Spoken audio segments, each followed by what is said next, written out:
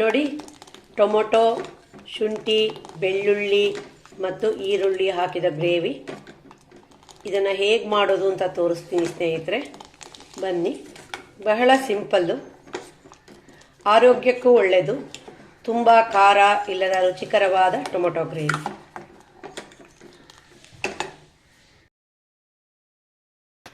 ನಮಸ್ಕಾರ, ನನ್ನ ಚಾನಲ್ ವೀಕ್ಷಕರಿಗೆ ಸ್ವಾಗತ. ನಾನು ಇದನ್ನ ಟೊಮೊಟೊ ಗ್ರೇವಿ ಮಾಡೋದು ಹೇಳ್ಕೊಡ್ತೀನಿ. 5 ಟೊಮೊಟೊ, 4 ಈರುಳ್ಳಿ, 1 ಇಂಚ್ ಶುಂಠಿ ಇಟ್ಕೊಂಡಿದ್ದೀನಿ. ಬನ್ನಿ, ಸೊಗಸಾದ ರುಚಿಯಾದ ಟೊಮೊಟೊ ಗ್ರೇವಿ ಮಾಡೋಣ.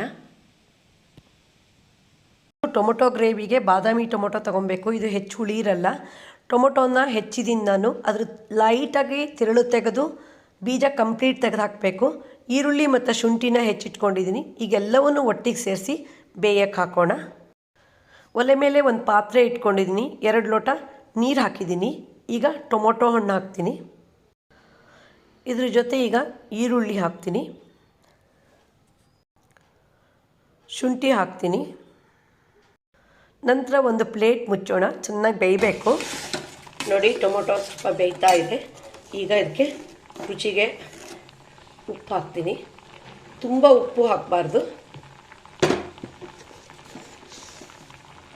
1 ಸ್ಪೂನ್ ಸಕ್ಕರೆ ಹಾಕ್ತೀನಿ. 1 ಸ್ಪೂನು ಅಚ್ಚ ಖಾರ ಪುಡಿ ಹಾಕ್ತೀನಿ. ಒಂದ್ಸರಿ ಹಿಂಗೆ ಮುಚ್ಚೋಣ. 4 ಸ್ಪೂನಷ್ಟು ಗೋಡಂಬಿ ಹಾಕ್ತೀನಿ. ಗೋಡಂಬಿ ಬೇಯಬೇಕು. ಈಗ ಪರಿಮಳಕ್ಕೆ 1/4 ಸ್ಪೂನಷ್ಟು ಚಕ್ಕೆ ಪೌಡ್ರ್ ಹಾಕ್ತೀನಿ. ಈಗ ಇದಕ್ಕೆ 1 ಸ್ಪೂನಷ್ಟು ಸಿಹಿ ಮೊಸರು ಹಾಕ್ತೀನಿ. ಅದು ಒಂದು ರುಚಿ ಕೊಡುತ್ತೆ. ಈಗ ಮುಚ್ಚೋಣ. ಈಗ ಗ್ಯಾಸ್ ಆಫ್ ಮಾಡ್ತೀನಿ. ಈಗ ಬೆಂದಿರೋ ಟೊಮೊಟೊ, ಈರುಳ್ಳಿ, ಶುಂಠಿನ ಒಂದು ತಟ್ಟೆಗೆ ಹಾಕಿ ಹರಡಿಟ್ಟಿದ್ದೀನಿ. ತಣ್ಣಗಾದ್ಮೇಲೆ ರುಬ್ಬೋಣ. ಮೊದಲು ಅದರ ನೀರನ್ನೆಲ್ಲ ಒಂದು ಬಟ್ಲಿಗೆ ಹಾಕಿಟ್ಕೊಂಡಿದ್ದೀನಿ. ಈಗ ಗಟ್ಟಿನ ಮಿಕ್ಸಿ ಜಾರಲ್ಲಿ ರುಬ್ಬಬೇಕು. ನೋಡಿ, ಗ್ರೇವಿ ರೆಡಿಯಾಗಿದೆ. ನಯಸ್ಸಾಗಿ ರುಬ್ಬಿದ್ದೀನಿ. ಇಷ್ಟು ದಪ್ಪ ಇರಬೇಕು. ಈಗ ಇದನ್ನು ಒಲೆ ಮೇಲೆ ಕುದಿಯೋಕೆ ಇಡೋಣ. ಟೊಮೊಟೊ ಹಣ್ಣು ಬೇಯೋಕ್ಕೆ ಉಪ್ಪು ಹಾಕಿದ್ದೆ. ಈಗ ನಾನು ಗ್ರೇವಿಗೆ ಒಂದು 1/4 ಚಮಚದಷ್ಟು ಹಾಕ್ತೀನಿ. ಚೆನ್ನಾಗಿ ಮಿಕ್ಸ್ ಮಾಡೋಣ. ಸ್ವಲ್ಪ ಕುದೀಲಿ.